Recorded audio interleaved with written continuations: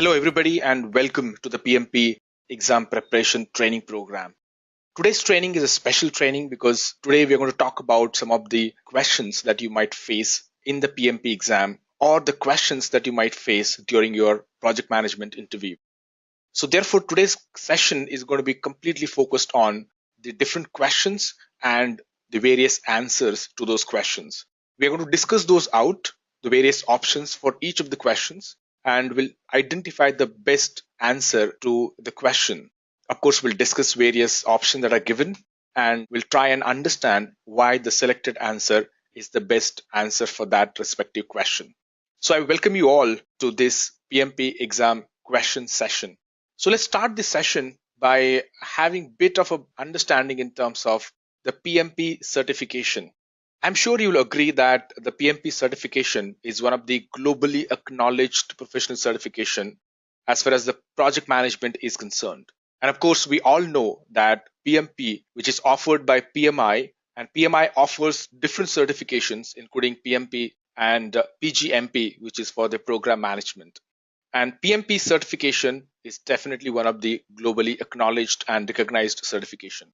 It also legalizes a professional education experience in project management, because when you'll appear for the PMP certification as a part of the prerequisite, as a part of the criteria, you will need to demonstrate your experience in project management. Not only that, you will also have to furnish enough credentials in order to prove your education that is required as per the prerequisite to complete the PMP prerequisite for appearing for the PMP examination. So in a way, this helps in legalizing a professional education and experience in project management, which definitely helps. Another important thing that you must have observed is that the PMP certified project managers can command almost 25% more salary than their peers. So this definitely gives you an edge over other colleagues and peers. When you appear for the interview, I have seen that most of the job description these days, they specifically highlight about if you're appearing for the project management role, then they specifically highlight that we are looking out for somebody who is certified project manager or certified PMP. So PMP certificate is definitely very prestigious and is considered to be the golden standard of project management. So I will definitely welcome you all to this session in which we'll be talking about a lot on the PMP and specifically with respect to the questions. Let's talk about the PMP job opportunities. Why these days I have seen so many people appearing for the PMP examination, and the reason is very clear.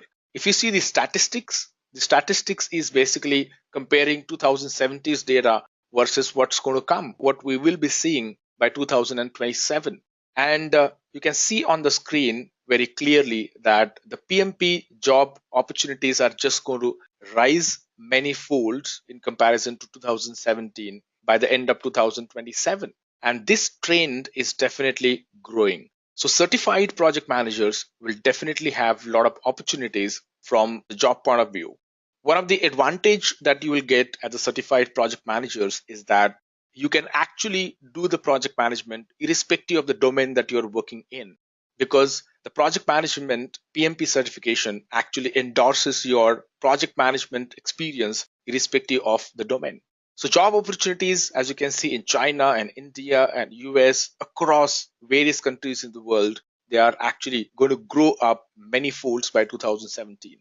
Not only that, the project manager role-wise salary band, if you take a look at on the screen, you will realize that when you will begin your career as a project manager and when you will go up in the ladder, you'll find that the salary band is just going to widen up as you grow in your project management career.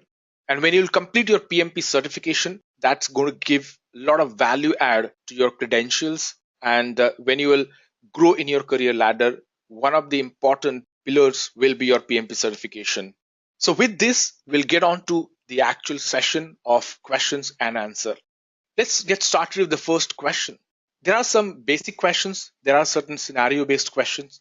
On the top of that, we have also a few questions which are identified where we'll be solving some of the examples that will be asked in the PMP examination. So let's get started with the first question. The first question to you all is define project scope. So when you define project scope, there are various options that we can think of. The first option is it is design of experiments that is used to complete the project work. It is the combination of cost and the schedule which is required to complete the project work. It is a description of the required work that is necessary to complete the project. It is a description of the required work and resources that are needed to complete the project. So if you talk about the scope of the project, when we define while working on the project, it's definitely the description of the required work that is necessary to complete the project. Now, please understand that sometimes these options could be a bit confusing. When you'll appear for the PMP examination, you'll find out of the 4 options, 2 options are very, very close. Here also you'll find that the option number 3rd and the option number 4th, they appears to be very close. But here definitely there is a difference, that if you see the 4th option, it says it is the description of the required work and resources that are needed to complete the project. But if you talk about project scope, doesn't talk about the resources needed. Project scope talk about only the work to be performed on the project. So resources needed will need to be determined based on the project scope, and that is definitely covered as a part of the scope management process. So the answer is the 3rd answer here. Moving to the next question, it talks about what is a program. Now, we did cover this as a part of the training as well, as you all know. We have options here. Program, a very large and complex project, a collection of projects which have common resources, a collection of sub-projects having a common goal, and a collection of sub-projects having a common customer. Now, if you remember what we discussed and learned about program, it basically talks about the collection of projects which have common resources. So if you take a look at the different levels that we talk about, so it all starts by having a clear-cut strategy at the organization level, and that might be within some portfolio. Then your portfolio gets divided into various programs, and within program you'll find different projects. So ultimately it is a set, or it is basically a collection of projects, and these projects are basically segregated under the common goal under that portfolio that we talk about. So that's nothing but your program. So therefore the correct answer is a program is a collection of projects which have common resources. Let's move ahead to the next question. Which of the following comprises the project lifecycle? So we discussed about project lifecycle, which comprises of various phases. I'm sure you will agree that here the answer is phases. The project lifecycle and product lifecycle is different. Within a product lifecycle, you may be doing various projects. There are multiple projects that are involved. And to launch that product, you may have undertaken a project. Because as we saw in the definition of the project, by the end of the project, what we get is a product or service or some outcome that we get. So definitely we undertake a project in order to produce a product, but the product lifecycle is different altogether. It's pretty longer life cycle, and you may undertake various projects within a life cycle of a product. But project life cycle will have various phases. Phases like if you take example of software delivery life cycle, then you would agree that we start with initiation, then we start gathering requirements, then we analyze those requirements, we design them, we build them, we test them, and then we deploy. So there are various phases that are involved as a part of the project life cycle. Milestones are going to be part of the various phases. By the end of the phase, we achieve some milestone. And estimation is one of the activities that we perform when we break down our scope item into various activities, and we estimate that activity in terms of duration, in terms of cost, and then that actually helps us in determining overall budget for the project, and for that matter, the duration as well. And activities, as we just discussed, the phase can get split into various activities as we go on performing them. All right. So a project life cycle will have various phases into it. Let's move to the next question. Being the project manager of the ABC project, you have allowed subsequent project phase to begin even before the predecessor phase completes. Which of the following relates to this scenario? Now, there are concepts like crashing and fast tracking. While working on the project, we have to take certain corrective decisions and certain preventive decisions. So one of the decisions that we take, considering the way progress has been going on the project, of course, by analyzing various metrics, we take decisions like let's fast track the project or crash the project. So when we say fast track, we actually start activities in parallel. And when we say crashing, we actually put more resources to the activity so that we can complete that activity fast. But of course, crashing has its own disadvantage and it actually increases a lot of project risk. Plus, most importantly, since in crashing, you're actually putting more resources, that means there is more cost involved. So apart from risk, the cost involvement is also on a higher side, and therefore, usually on the project, people go for fast tracking. So that's what exactly is mentioned in this scenario. So this covers the fast tracking scenario. Of course, risk management is definitely nowhere near, and tandem scheduling is given just sometimes to confuse the participants. So the correct answer is fast tracking. Moving to the next question then, the person or group providing the resources and support for the project, program or portfolio and is also responsible for enabling success is called as, who is that person who is really involved into so many such activity? Is it the project manager? But if you see, project manager may not be involved at a portfolio level or may not be involved at a program level. What about senior manager? Senior manager is just the designation, right? Is that really the role that we're talking about here? Or is that really a person that we're talking about here? What about the sponsor and the client? So there are two other options that are given. But if you see from the project point of view, the appropriate answer here is the sponsor, because sponsor is the one who is actually going to provide you all the resources and support that is required. Sponsor is the one who actually gives you the project charter and thereby empowers you to use the resources on the project. And therefore, it's the sponsor who is ultimately the one who is going to provide the resources and support for project, program, and portfolio. The next question is, which of the following cannot be the part of group activity techniques? Now, there are various group activity techniques that are conducted, and I'm sure some of you can recall the ones that we covered as a part of this training, like brainstorming, affinity diagram, nominal group technique. You may have already been a part of some brainstorming session. So brainstorming session could be done to solve a problem or think creatively, come up with various ideas, etc. And once we have list of ideas, then what we do essentially, we use affinity diagram, right? We just try to group the ideas, whichever the ideas which belong to a particular category, we try to group them by creating the affinity diagram. Nominal group technique builds on that. And nominal group technique actually helps us in involving participants a bit more and getting votes from the participant in order to shortlist the best possible idea. So these three things are definitely going hand in hand with the group creativity technique. But one thing looks to be completely odd here, which is vendor bid analysis. And therefore, it's very clear now that if this question, if you read, sometimes this question could be very confusing because I have seen people do not read it clearly and we might just miss that word not. So if you read it carefully, it says, which of the following cannot be the part of the group activity technique? So some of these questions are very tricky because I have seen sometimes if you miss that not, then you may answer it wrongly. And because we're talking about here, which is not a part of the group activity technique, and that's now very clear after our discussion that it's the vendor bid analysis. Moving from here, we'll go to another scenario based question.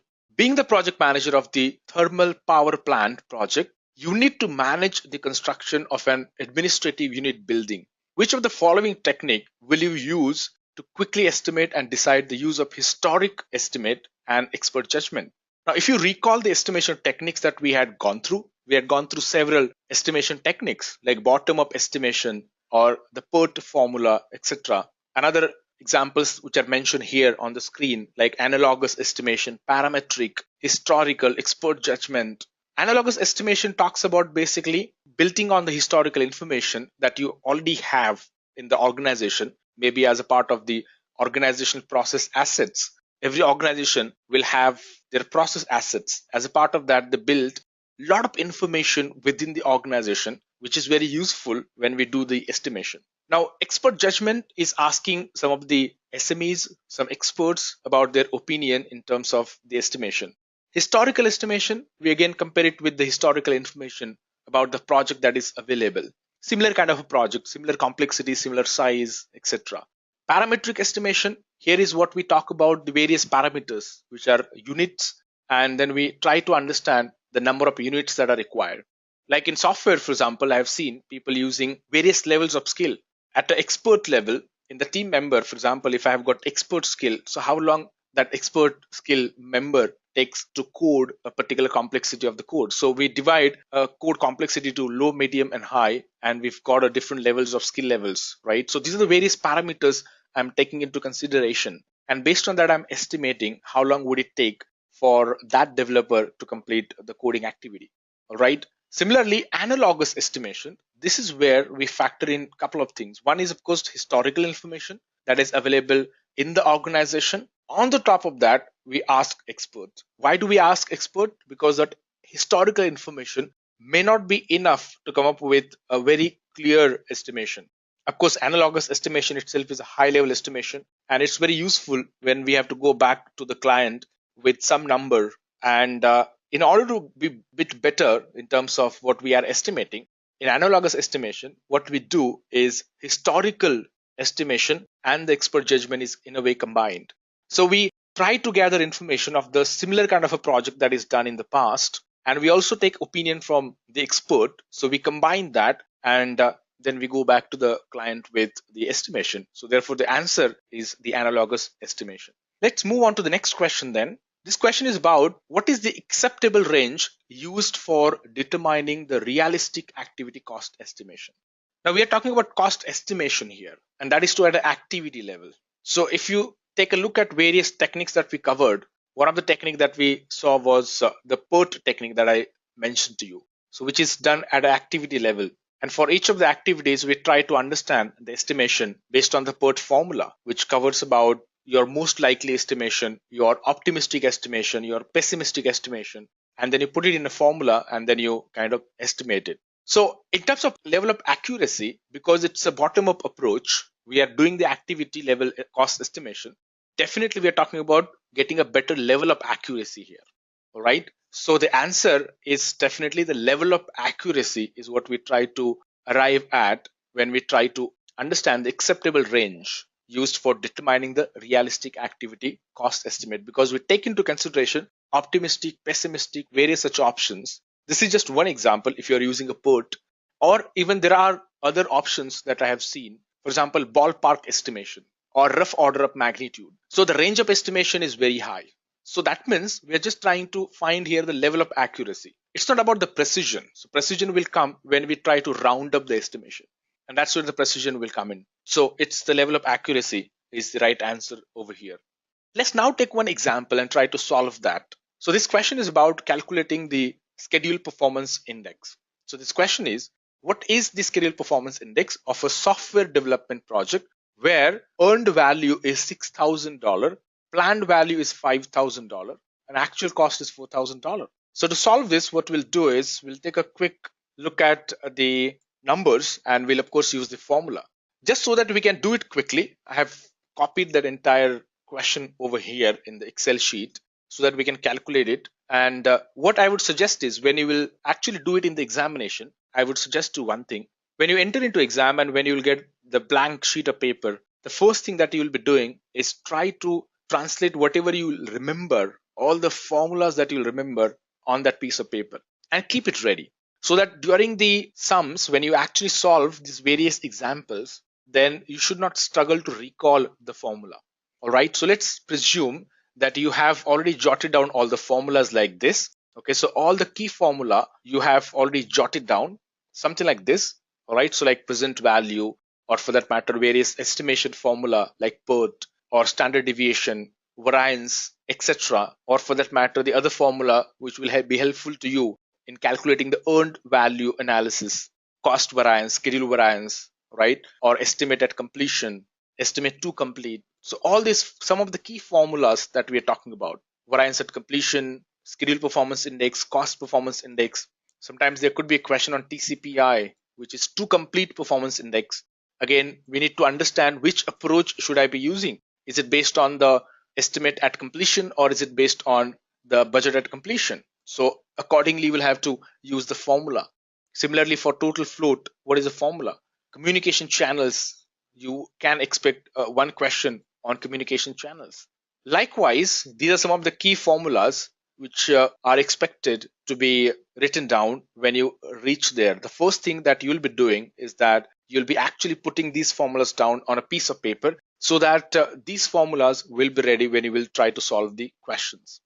So this is the question where we are trying to calculate the SPI, which is Schedule Performance Index of a software development project. Now, I just refer to this sheet where I have jotted down all the formulas, and I pick up the formula which is required for Schedule Performance Index, which is earned value divided by planned value. That means to get the Schedule Performance Index, I need to have earned value, I need to have planned value. So I first check into the question, do I have these two values to calculate SPI? So when I take a look at the question, I see here, this is pretty straightforward question that way. So I have got earned value, which is $6,000, and I have planned value, which is $5,000. So that means calculating SPI will become just a straightforward affair. So what do? I just divide earned value by planned value. So I get 1.2. So SPI of 1.2, that means my planned value, my earned value is more than the planned value, which is definitely a good situation to have. SPI and CPI, which is Cost Performance Index and Schedule Performance Index, should be more than 1. If it is more than 1, then it is good. That means we are ahead of schedule. So the answer to this question is 1.2, and we are ahead of schedule, which is definitely a good situation to be in when we are working on the project. So with that quick example, let's move on to some other topic now. The question on costing. The question is, cost baseline is the output of which of the following? So there are various processes that we have to work through when we work on the PMP certification preparation. And just to let you know, just so that you would agree in terms of the number of processes that we have to understand and go through. So we have got various such processes, right? So we have process groups like initiating, planning, executing, monitoring and controlling, closing, and we have knowledge areas. There are 10 of them, starting with integration management to the stakeholder management. And there are total 49 processes within these process groups and the knowledge areas. So this particular question is referring to the cost baseline. So that means this should be a part of the cost management. So under cost management, if you take a look at, we have got certain processes that we have to work on, like plan cost management, estimate cost, determine budget, and control cost.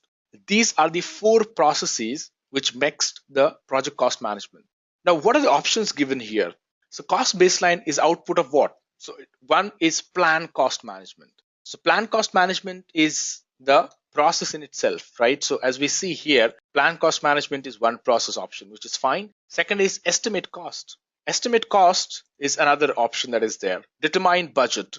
Okay, that's another process. And control cost. That means the option contains all the 4 processes. So then confusion rises. Now, if you apply here logic, it's pretty straightforward that I'm talking here about cost baselining. So I will be doing baselining only when I will determine budget, which is based on the activity and the duration. If you remember, hence we are talking about cost here. So obviously we're talking about the money part. So we're talking about a cost estimation here based on the activities. So if you think logically, then obviously we don't do that as a part of the planning. So in plan cost management, we are just creating the plan.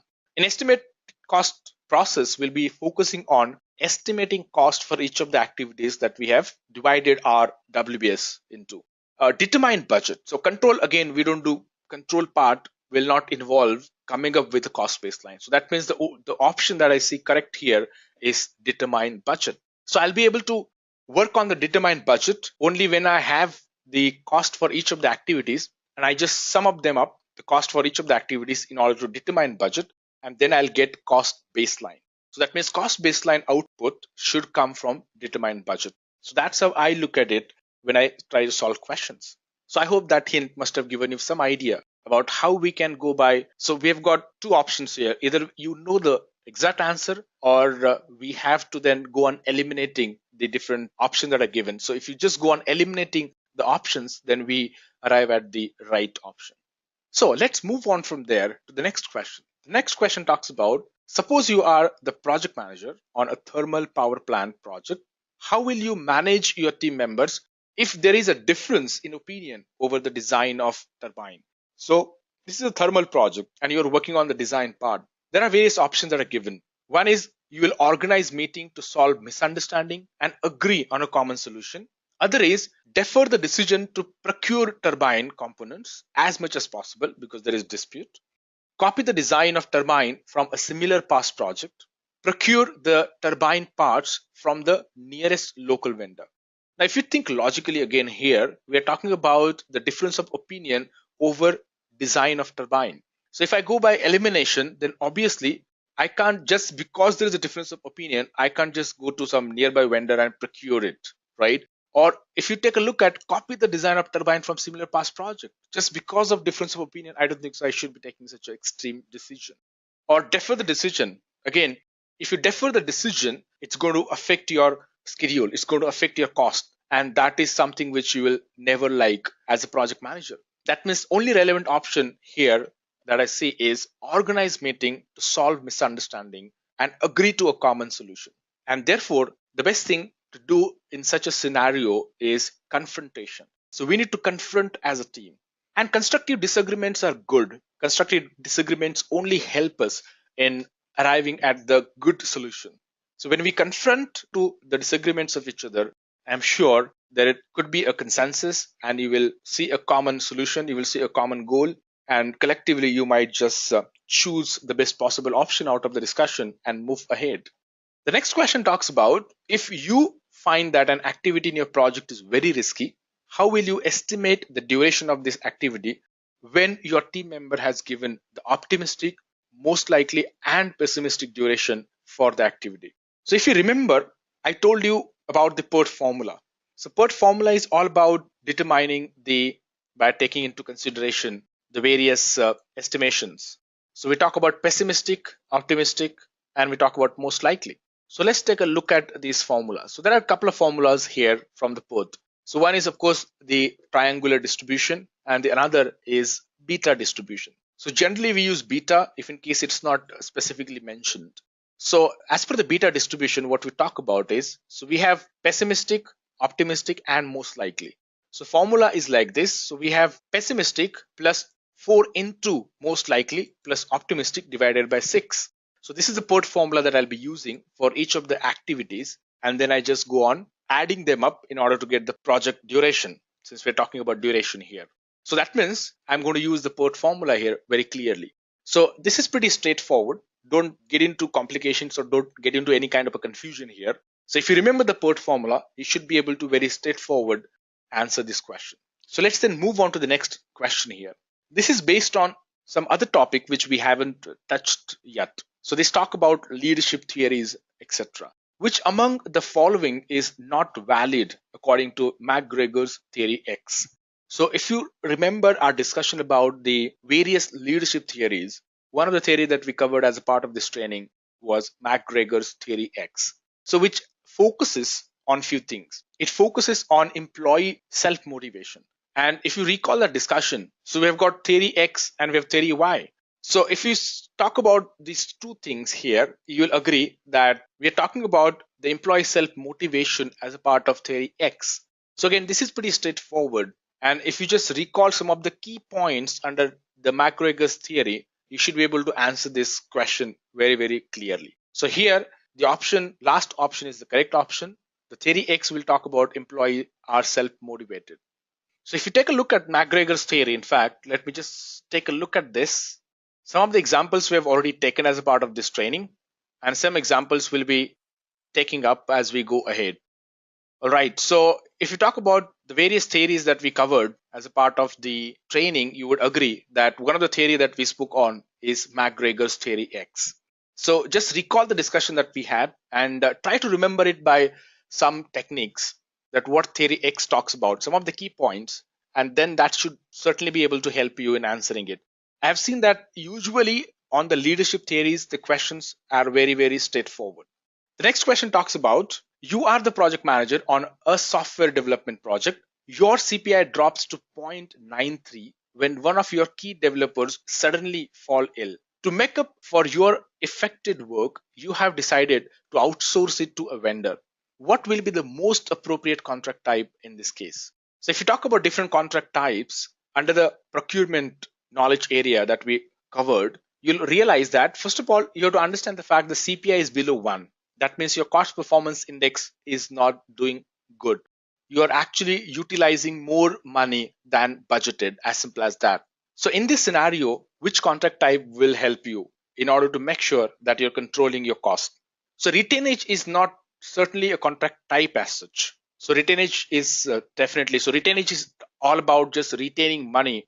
So if you are the buyer and you're dealing with the seller, so what typically happens as a buyer, we retain some amount at times. We just don't pay everything upfront, just so that as per the contract, whatever is agreed, the seller will perform that work. And before that, we don't release all the money. So we retain some part of the money. It's just a part of the contract. It's not the contract in itself, really. The another option here which is given is FPEPA. So what is FPEPA is another contract type. So this talks about one of the contract that we covered even as a part of the training. And this particular contract, we talk about the fixed price with economic price adjustment contract. So in this particular contract, we talk about paying the fixed price and then adjusting the price based on the economic changes that are happening. So here, I don't think so this could be applicable if you agree with me, because you're in a scenario wherein you need something very, very quickly. The last option is definitely not a contract, which is letter of intent, which is not a contract. So the only option which is applicable here is cost reimbursable contract. And I'm sure you'll agree that cost reimbursable contract is the one which will help you in working through this particular scenario, because you're already spending more than the budgeted cost considering the current CPI. Moving from there, let's take a look at another scenario here.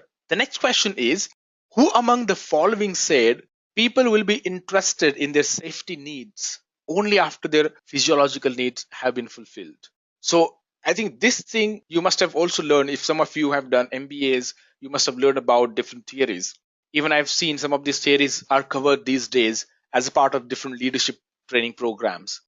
So you must have heard about this needs theory, the different levels of needs that we talk about, the physiological needs, and then we ultimately talk about the need which will fulfill the nirvana stage wherein everything is kind of fulfilled.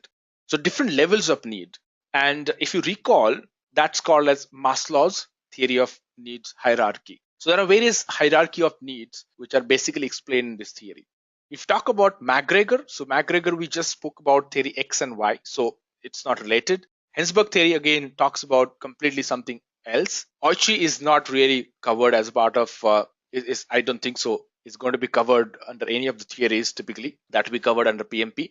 So the only thing that is left is Maslow's needs of hierarchy theory.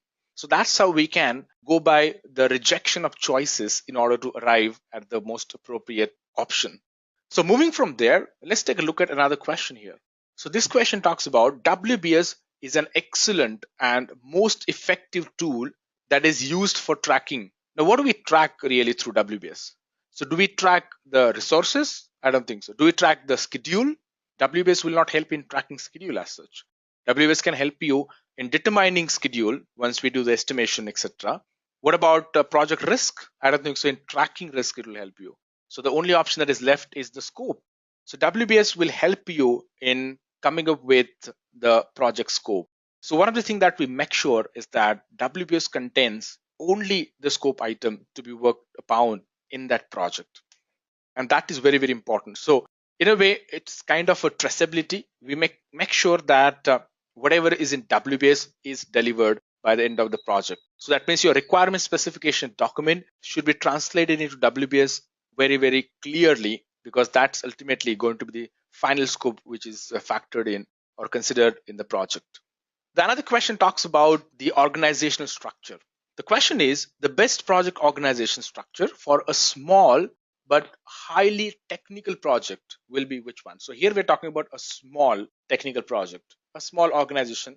Which one would be better? So if you remember the various structures that we had gone through, like for example, just to give you a very quick idea about the kind of structures that we had gone through, as you can see here, so we talk about the functional organization, then we talk about other organizations like weak matrix, we talk about balanced matrix, we covered about even the strong matrix organizations, and for that matter, the projectized organization. The structure is based on the projects and then staff is aligned to the project. Likewise, the another structure that we covered was the composite organization. So this is like mixture here, as you can see, the composite of both. So we have project manager as well as we have staff here, but it's also project managers. Function itself is different. So even this kind of structure we have covered as a part of this training. So if you take a look at which one would be more suitable for this kind of environment, the situation is the organization is small and it's highly technical project. So because it's a technical project, so if you take a look at the functional structure would be more suitable to this kind of organization, because we're talking about arranging people with the different functions. So we can have developer, we can have people who are working in designing, people who are working in requirement. So with a specific function in which the people are working in, we can organize the organization. So the correct option here is the functional structure, because we're talking about the technical project, we're talking about the expertise here. And then of course, once you have a functional structure, then you can still execute the project, right? And we discussed about that, how to go about doing it. So from there, now we'll move to the another question. This is a scenario based question. Now in the examination, you'll be asked scenario based question, straightforward question, and of course there will be examples to solve as well. So what we are taking here as a part of this session is combination of all this. Being a project manager is you need to manage a project where there will be a number of persons working together. If you want to enhance the ability of team to work together and perform as a team, which of the following things you would need to do maximum the ability of the team? So you're talking about here team working together. So in order to enhance the ability of the team to work together, or maybe the high performance team, or maybe the team which is able to deliver the better outcome. So for that, I'm sure you will agree that the co-location is the best option, because work breakdown structure has nothing to do with the ability of the team here. Staffing plan is just about plan, but we are expecting action over here. Cohabitation is too extreme. I don't think so. We need to get into that.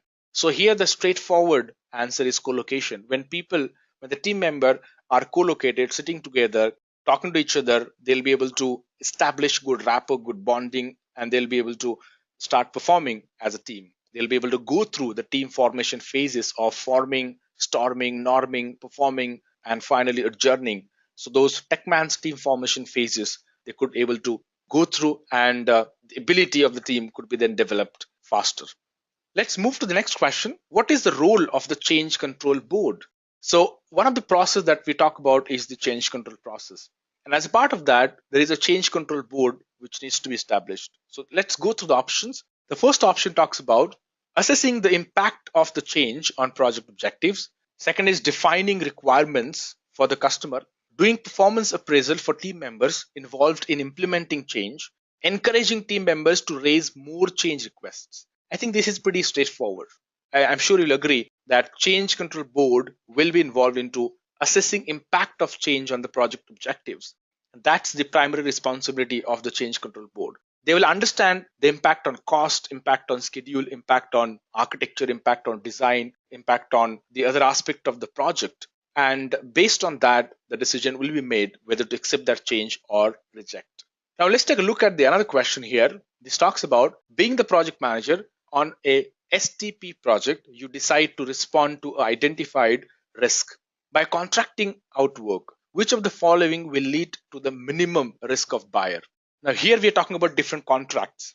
If you talk about various contracts, you will agree that we have various contracts. Like, let's take a look at some of the contracts that we covered as a part of this training. And even for that matter, from the risk point of view, which contract will pose more risk?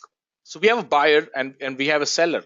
So from the buyer point of view, which now here the question is from the buyer point of view. So if you are a buyer, then which contract will pose more risk? So as a buyer, you'll find that risk is low here and risk is very, very high when you go ahead. So here, if you read the question again, you will realize being the project manager on a STP project, you decide to respond to an identified risk by contracting out. Which of the following will lead to the minimum risk of buyer? So if you see, the minimum risk on buyer is going to be the firm fixed price contract.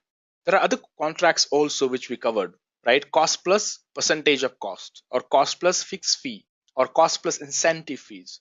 But if there is a fixed fee or fixed price, then obviously on the buyer, the risk is very, very low, because risk is actually borne by the seller by developing whatever is the scope item within that fixed price.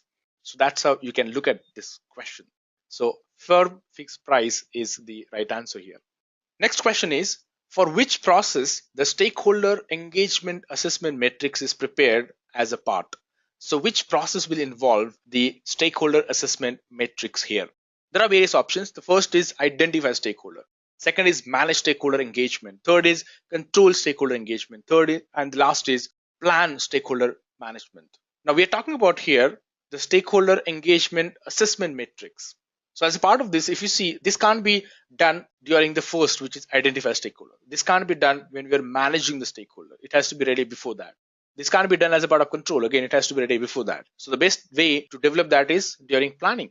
So when we are planning the stakeholder management, that time we should come up with the stakeholder engagement assessment matrix, right? So this assessment matrix will help me in identifying the as is state of a stakeholder, and then I can come up with the to be stage.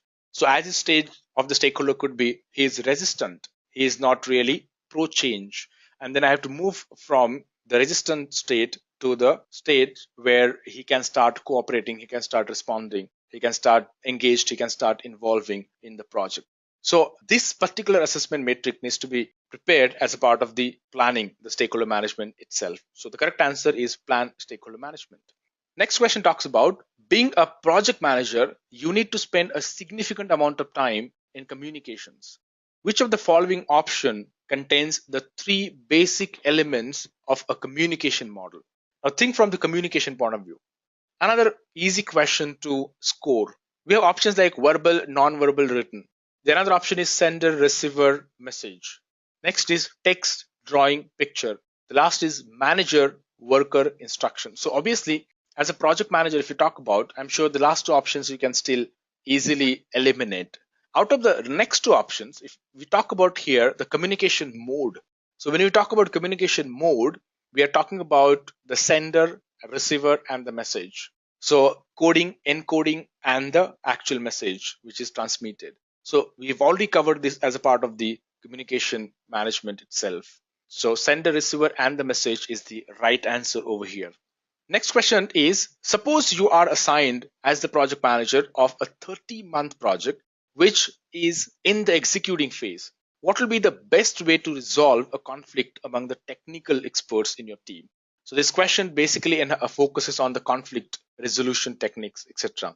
So various options are there. You are resolving the conflict. The options are find the root cause of the disagreement, resolve the conflict in favor of the senior most technical expert, hire an external consultant to enforce this decision, remove this technical work from the scope of the project work. So I think some of the options we can easily eliminate, right? We can't remove the scope of the work. So that option has gone. Can we hire an external consultant for this really? I mean, people will not trust the external consultant to solve the conflict. So obviously that option is kind of ruled out. What about resolving conflict in favor of technical expert? That's against the values of the organization and for that matter, the team and, in general as well. So the only option that is left then to find the root cause of the disagreement and confront it. As we mentioned earlier, confrontation is the best technique to solve conflict and disagreements. Moving to the next question, what should be your primary concern while adding resources to your project? Now, when we add resources to the project, obviously I need to understand its impact. So let's take a look at the options. The first option is effect of adding resources on project end date. So this takes care of only schedule. Second option is effect of adding resources on S-curve. S-curve is the cost curve, which we covered as a part of the cost management. The next option is effect of adding resources on RAM, which is the resource assignment matrix that we talk about, and effect of adding resources on cost and schedule. So if you take a look at when we add any resources, now please understand from the PMBOK 6th edition point of view, resources are not just about people. It's about any resources that are used on the project. So it's going to be even the material resources, machineries, all of that, and not just people. So when we add resources, the first thing that we need to take into consideration is how that resource is going to impact my cost, how that resource is going to impact my schedule. So that means the option which is correct is the last option here. Let's move to the next question. If John is working with his team to decide the degree to which cost estimate should be rounded up or down, then he is working to establish which of the following: units of measure, level of precision, level of accuracy, and controls threshold. So if you remember, I did mention this earlier when we were talking about the estimation range. So that time I mentioned if we're doing the rounding off, we're talking about the precision because we're trying to be precise by doing the rounding off of the estimation. So this is again pretty straightforward. if you know the definition of precision and the accuracy, then you should be able to get this correct. So maybe try and read and understand the difference between precision and accuracy. Let's move to the next question then. Being a project manager, how will you deal with a stakeholder who has high power and high interest? So if you remember the stakeholder matrix, we prepare various stakeholder metric. From the stakeholder's point of view, you will agree that we take into consideration few things. Like we take into consideration power to interest. We take into consideration interest to power. So here we are talking about a stakeholder which has got high power and high interest. So if you talk about power and interest and both are high, that means we need to manage these stakeholders effectively. So if you see the options here, do I need to keep them satisfied or do I need to just keep them informed or monitor? No, because we are talking about a stakeholder with high power and high interest. That means I need to manage the stakeholder closely. So that's the right answer here. Next question is, while estimating the cost of work in a very new technology, being a project manager, which of the following will concern you the most? If you take a look at some of these options, you're new to the technology and you're trying to estimate how long would it take. So what will concern you the most? First is, of course, lack of quality policy. I don't think so that's relevant really. Lack of communication management plan, again, doesn't seem to be relevant from estimation point of view. Internet connection not reliable. All right, so that's completely outlier here. Lack of historical information. I agree. The lack of historical information, because if I'm working on something which is completely new to me, I rely on the organizational process assets. And if there is similar kind of a project done in the past, I might just use analogous estimation and based on that quickly estimate about the project. Let's take an example now, a different question where we'll try to solve some example. And the example is like this. A road project was planned to be completed in 8th month. Calculate the schedule variance when the earned value information at the end of 6th month is given as the budgeted completion, which is $8,000. Actual cost was $12,000. Percentage completion was 100%. Now, this is interesting. Let's try to solve this particular example. So I have already copied that into this Excel sheet so that we'll be able to do the calculation. Now, if you take a look at this, we're trying to solve here. What are we trying to solve here? We're trying to identify the schedule variance. So the first thing that I will do is I will refer to my list of formulas that I've written and try to come up with what is the formula for schedule variance. So schedule variance is earned value minus planned value, right? So what is earned value? Earned value is nothing but what is my actual completion percentage to the budgeted completion. So my planned budget is here $8,000, and what is my actual completion? 100%. That means my earned value, can I say that my earned value and actual completion is 100%? That means that my earned value is equal to BAC. So BAC is equal to my earned value. The another option is planned value. So how can I calculate my planned value? The planned value was planned completion percentage. So my planned completion percentage, how would I calculate that? So I supposed to complete this project in 8 months. However, I did it in just 6 months. That means as per my original plan, I'm supposed to be completing 75% of the project by now. So 75% of the BAC comes to 6,000. So can I say that is my planned value? 6,000. So now I have got my planned value, which is 6,000, and I've got my earned value, which is my budget at completion, because I have completed the project 100%. So I earned the value there. So 8,000 minus 6,000 is 2,000. So 2,000 is my schedule variance. So this is how I can calculate the schedule variance of in this scenario. Let's take another example. What will be incentive amount for a contractor who is working on a cost plus incentive fee contract? The project's target cost is $5,000 with a target fee of $800. Minimum fee is $500 and the maximum fee is $1,000. Also, the buyer-seller share ratio is 80-20 with an actual cost of $6,000. So this is the number. Now, if you recall the formula, so again, you will make sure that you will write down the formula in the beginning itself so that you would have the formula at least ready. So what we are talking about here is calculating the incentive. So this particular contract, take a look at this contract. This is cost plus incentive fee contract. Now in this particular contract, what do we do? So we have a buyer and a seller. So buyer will get into this contract with the seller and the buyer will reimburse the cost to the seller, whatever the actual cost that is involved. On the top of that, some incentives are paid. Now there are chances that seller might just take the advantage of this. So in order to ensure that this contract is balanced up and to make sure that the project cost is controlled, at the same time project is also completed within time or ahead of time, there are certain elements that are attached to this. And those elements are nothing but either we pay the incentives or we penalize the seller, or at the same time, if we complete the work ahead of schedule, then we of course also pay the incentives. So how the incentive calculation is done? Let's take a look at this. So before that, you must have realized here there are certain numbers already given. So target cost is given, target fee is given. Let's take a look at some of these numbers. What are they basically? So if you talk about sharing ratio, 80-20 sharing ratio. The sharing ratio is buyer to seller. So 80% is for buyer, 20% is for the seller. It's always buyer to seller ratio. Remember that. So this is how the ratio is shared between buyer and a seller. Target cost is the expected cost. So how much the project would cost. So that's the expected cost of the project. Target fees, again, the expected fees that the seller will get. So seller is primarily working to get the fee in doing the project. Plus there is expectation of an incentive fee. Now what is the maximum fee? This is basically the maximum incentive the seller can expect to get. Of course, it's going to be associated with the performance and the sharing ratio, which is 80-20 in this case. Minimum fee is of course the minimum incentive fees the seller will get for meeting the requirements set in the contract.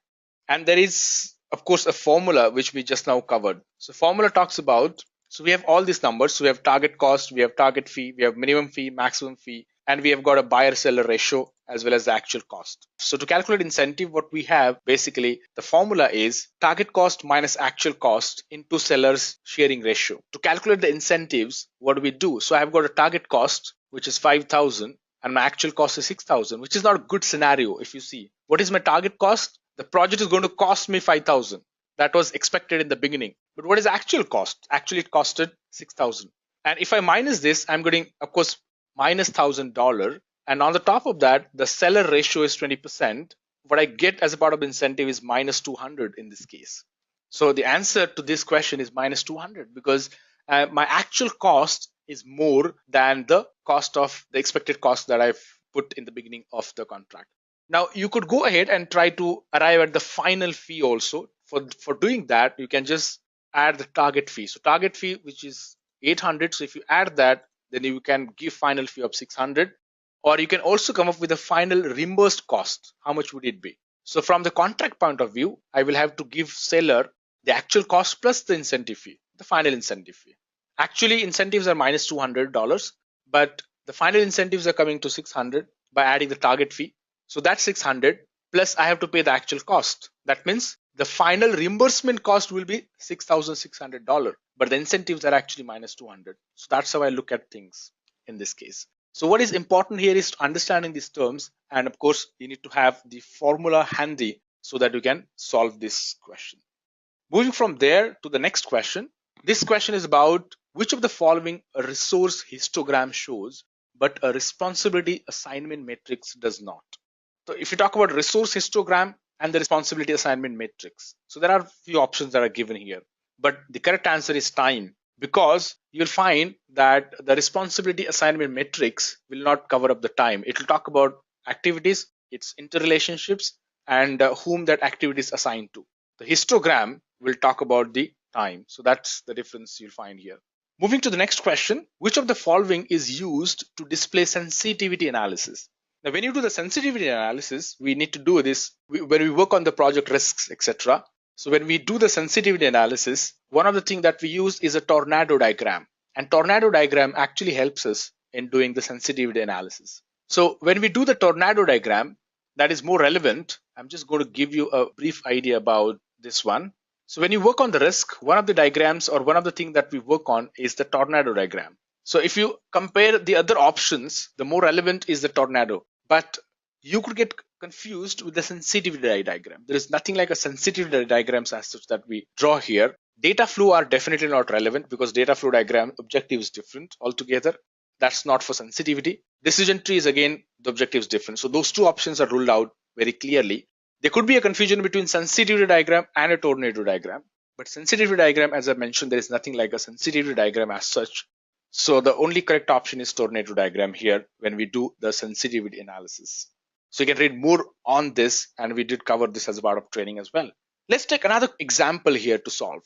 This example helps in calculating SPI. Now, if you take this example a bit closely, you'll find that what all things are given here. So if SPI is 0.75, CPI is 0.8, that means you are actually spending more money than budgeted, and you're also behind the schedule on this project. Then which of the following report is correct? So schedule variance, cost variance, TCPI.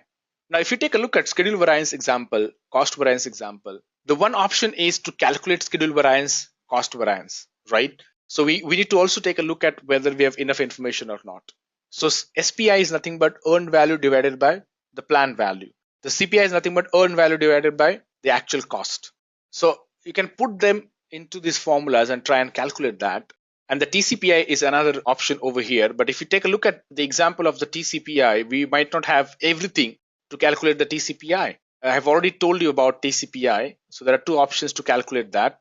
So based on the BAC and based on the estimated completion. But here we are talking about not having enough data. And therefore, the option is the last one, which is the project is likely need more money than planned to complete. So as I mentioned, considering this particular progress, definitely project needs more money because none of these outputs will be correct when you will calculate it actually. All right. So sometimes you'll find this kind of a confusing options that are given, and if you don't get your calculations right, sometimes those calculations are not relevant or not required. Sometimes enough information is not given in the example itself in order to calculate some of these variances. So in that scenario, we need to apply our mind and see what else is it there. Let's move to the next question then. According to PMBOK, project management process are organized into which of the following order of process groups? So I had taken you through the process groups already, so I'm sure you must have been very clear now. The answer is the third one. We talk about initiating, planning, executing, monitoring and controlling, and closing. So I did cover the process group, processes, and the knowledge areas, so you can relate to that. The other things are very clear cut, the ones that we need to eliminate. So such a questions, you should get it right in order to score in the exam. We can't afford to miss on these questions actually. Let's move on then. Which of the following statements is true regarding negative float? So we have positive float, we have negative float. So we talk about negative float, that means of course we are, as you can see, float is that much of time we get to complete the activity, extra time that we get. But we're talking about negative float, that means we're actually behind the time here. So if we are behind the time, so let's see what options would then be best suitable here. The first is the project manager should try to recover negative float by crashing or fast tracking. Next is there cannot be any negative float in the project. The project manager should try to remove negative float by reducing scope. It is desirable to have negative float in the project. So some of these couple of options cannot have a float or desirable. That can be ruled out very clearly here. And project managers should try to remove negative float by reducing scope. Again, we can't reduce scope. The project manager doesn't have authority to remove scope. So the only option that is available here is the crashing and fast tracking. So if you remember, we discussed about crashing and fast tracking. So fast tracking is where we actually start working parallelly, and crashing is where we put more resources. So since we are talking about negative float, we are actually behind the schedule. That means we should crash the project or fast track in order to move faster on the project. Let's move to the next question. Which of the following represent a set of conditions that should be satisfied before deliverables are accepted? I'm sure this question you should again get it very right. We're talking about fulfilling the set of conditions before we deploy or before we deliver to the customer. So first, of course, deliverable list, which doesn't talk about the set of condition as such. Test plan has nothing to do with it. Punch list again is completely different outlier here in terms of the options that are given. So in terms of setup conditions to be fulfilled before we deliver is the acceptance criteria, and hence that's the correct answer. So that's how we can go by eliminating the incorrect options in order to arrive at the right answer. If you know straightforward, then you can save time, and straightforward you can select and move ahead. Let's move on to the next question then. How will a Pareto chart will help in project with a lot of identified action items? Now, if you remember Pareto chart, it covers about 80-20 rule. So as we say that 20% reasons are responsible for 80% problems. So if you know those 20% reasons, then that will definitely help you. For what? Understand the trend of deviations. Again, I see that completely different reason. Prioritization, complete all activities on time, identify root cause. So identify root cause is definitely one thing. Another thing is the prioritization. But here we're talking about identified actions. Pareto charts are also used for identifying root cause, but we're not talking about here problems. We're talking about here we have list of actions that are identified. So that means the correct answer is prioritization. So if we have list of actions that are identified, that means what is more relevant now is to prioritize these actions so that we can perform and we can get started with it. Let's move to the next question then. The activity relationship between the start of cleaning and start of digging is represented by which of the following? So we have various activity relationships. Let's take a quick look at some of these activity relationships. How do they look like? We did cover this as a part of training. I'm sure you will recall it. But just so that we can, just for this particular question, if you take a look at the activity relationships, we have finish to start. Okay, so here we can talk about finish to start. So unless we finish the first activity, we can't start the second one. So here we have finish to finish activity. So we can finish the first and you can also finish the second activity. Here we have got the start to finish. All right, so you can start working on the first activity. You can start the second activity before we finish the second one. And the other one is start to start. So we can actually start both activities together. So if you take a look at this cleaning and digging, it's pretty straightforward now. All right, so we can certainly think of start to start relationships over here. Let's talk about schedule variance. Schedule variance is what? I think we did cover this multiple times. So schedule variance is this always affect the cost variance, never affects cost variance. A negative value means that project will likely to be delayed. Now we'll talk about variance. A positive value means that the project will likely to be delayed. So if you talk about schedule variance, it covers about the earned value minus the planned value. So if the planned value is more than the earned value is less, that means you're negative. So that means you're behind the schedule. So negative value means that the project will likely to be delayed is the right answer here if you take a look at some of these options. So if you know the formula, you can certainly arrive at the right option. That means. Okay, let's move on to the next question. You are currently working as project manager in Reality Logistics. You have been given responsibility for moving infrastructure of ABC Software Limited to a new location. For that, you need to identify the stakeholders of your project based on the power interest grid that you have created. Which of the following types of stakeholders expectation should be managed closely? Now, we did cover this earlier as well. If you remember the stakeholder matrix, we spoke about we need to manage closely those stakeholders who have got high power and high interests. So you can recall that and you should be able to then answer this question very clearly. Moving to the next question then, what is the company-wide policy which mandates all project quality known as? If you talk about company-wide policy, now ISO 9000 is not a company-wide policy, or quality planning is we talk about planning the quality in the project. Quality control is again something which we do at a project level. But when we talk about quality policy, that is at the organization level. So you'll find here clear-cut difference between the company-wide policy and something that is done at a project level or something that is just the generic standard like ISO. So quality policy is definitely at a company-wide level. Next question is, which one of the following describes the difference between a standard and a deviation accurately? We're talking about here standards and a deviation accurately. So standards are optional, but regulations are not. So we're talking about here difference between regulation and the standards. Standards are mandatory, but regulations are not. Regulations are mandatory, but standards may be seen as guidelines. Regulations and standards are essentially the same. So in this question, we are essentially talking about standards and the regulations. Now standards, if you talk about standards, I don't think so standards are mandatory. No, it's always good to follow standards. Therefore, you must have seen examples like CMMI standards. Your company is MMI level 5 or level 3 or level 4. That is something which is done voluntarily. It's good to follow. Or we follow coding standards, good to do. Or we follow the different standards like ISO standards, which are good to do. But what about regulations? I don't think so. It's something which is mandatory. If you're working in banking, there are certain regulations like SOX compliance or BCBS regulations. If you are in healthcare, there are certain regulations that are to be followed as part of the healthcare. If you're in insurance, there are certain regulations that are needs to be followed from IRDA point of view, etc. So that means regulations are mandatory, but standards are not mandatory. That's pretty clear here. Let's move on to another setup example here. What will be the BAC, which is budget at completion of your project, if it has a CPI, cost performance index of 0.80 and estimated completion of the number that is given. Okay, so that's in dollar. So let's talk about this particular example. So what I've done basically is that I have copied this example here so that we can calculate it.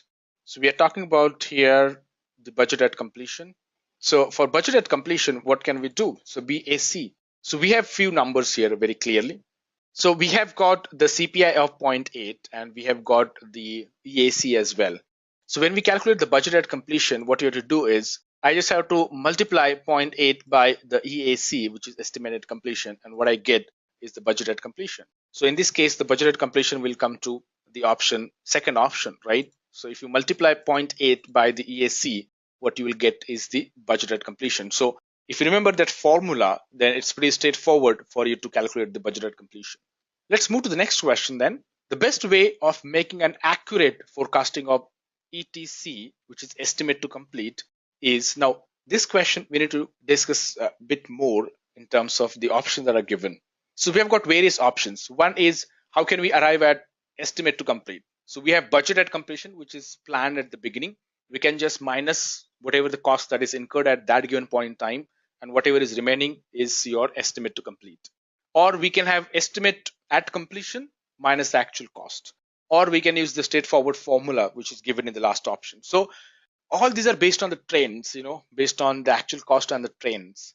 But in terms of getting accurate estimation, we can't just rely on the trend. So we have to also factor in various aspects, and we can play around with those options. And therefore the manual way of doing it will give you much accurate number here from ETC point of view. And therefore that's the option here.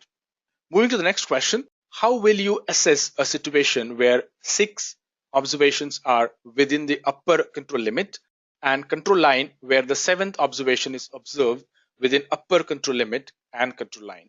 So here I think it's pretty straightforward. If you remember the control chart is something that we covered as a part of this training, and control charts talks about if anything is outlier, anything is outside of the control limits, then the process is out of control.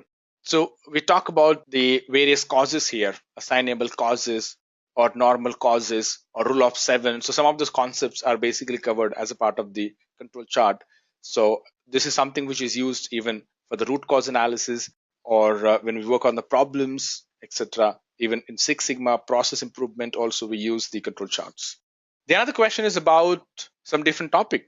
Which of the following can be used for trend analysis? So we have control charts, we have cause and effect diagram, we have run charts, and we have Pareto. So Pareto we spoke about, that's 80-20 used for identifying the root cause or prioritization, etc. Cause and effect is used mainly for the root cause analysis. Control charts I just spoke about is used for the root cause analysis as well as for the process improvement, etc. Now here we're talking about trend analysis. So trend analysis, then the only option is run charts. Run charts are the ones that are used for trend analysis. For example, what is the server capacity utilization trend over the past 6 months? Okay, so we can easily do the trend analysis based on the data that is gathered. Next question talks about in which of theory Douglas McGregor has defined 2 models of worker behavior. And I'm sure you'll agree here that theory X and theory Y is what we talk about. So theory X and theory Y, which is defined by the McGregor's theory. And I would like you to read about theory X and theory Y in order to understand what is the belief of the theory X managers and what is the belief of the theory Y managers. Moving from there, something which we did cover a bit, what are the 3 I's of stakeholder? So I did cover that when we were speaking about the stakeholder metrics. So we talk about interest, we talk about influence, we talk about impact. So very clearly the option number 2 is correct here. Interest, influence, and impact. And based on that, we decide the response strategy in order to manage the stakeholders effectively. The next question talks about which of the following is the objective of conducting bidder conference. So when we conduct bidder conference, why do we do that? If you take a look at some of these options, is like to make sure that all questions from potential sellers are answered privately. I don't think so we do that for answering questions privately. It's a conference, so everybody is there, so that is ruled out.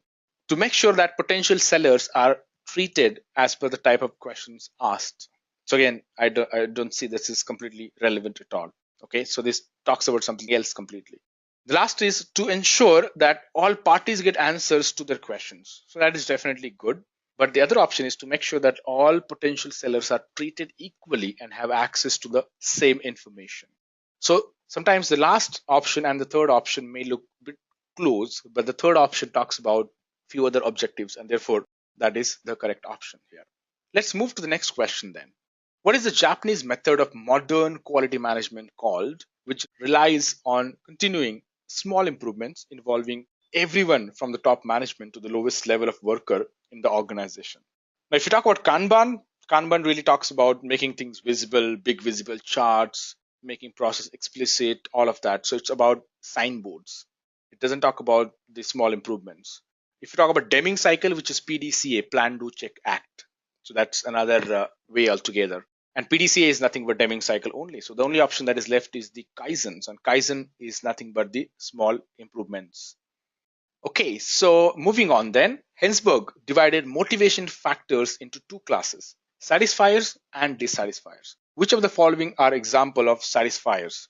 So if you take a look at some of these options, you'll find that from Ħēnsberg theory point of view, sense of personal achievement and work satisfaction is what will satisfy the workers more. It's not about plush office space or performance-based salary. It's not about work satisfaction or fringe benefits. It's not about vacation time, assignment of personal staff assistants, etc. It's about the personal achievement and the work satisfaction as per Ħēnsberg. So this covers all the questions as a part of today's session. And I'm sure these questions that we covered as part of today's session must have given you a fair idea about mixed kind of questions that are asked in the PMP examination. Some of them are scenario based, some of them are pretty straightforward questions, and some of them are the examples which you have to actually solve by remembering some of the formulas that we have covered. So this session must have given you a fair idea about the questions from the PMP exam point of view. Some of these questions could also be asked during the project management interview. The different scenarios that we covered actually are also covered as a part of the project management interview, project manager's interview, when you will go and appear for that.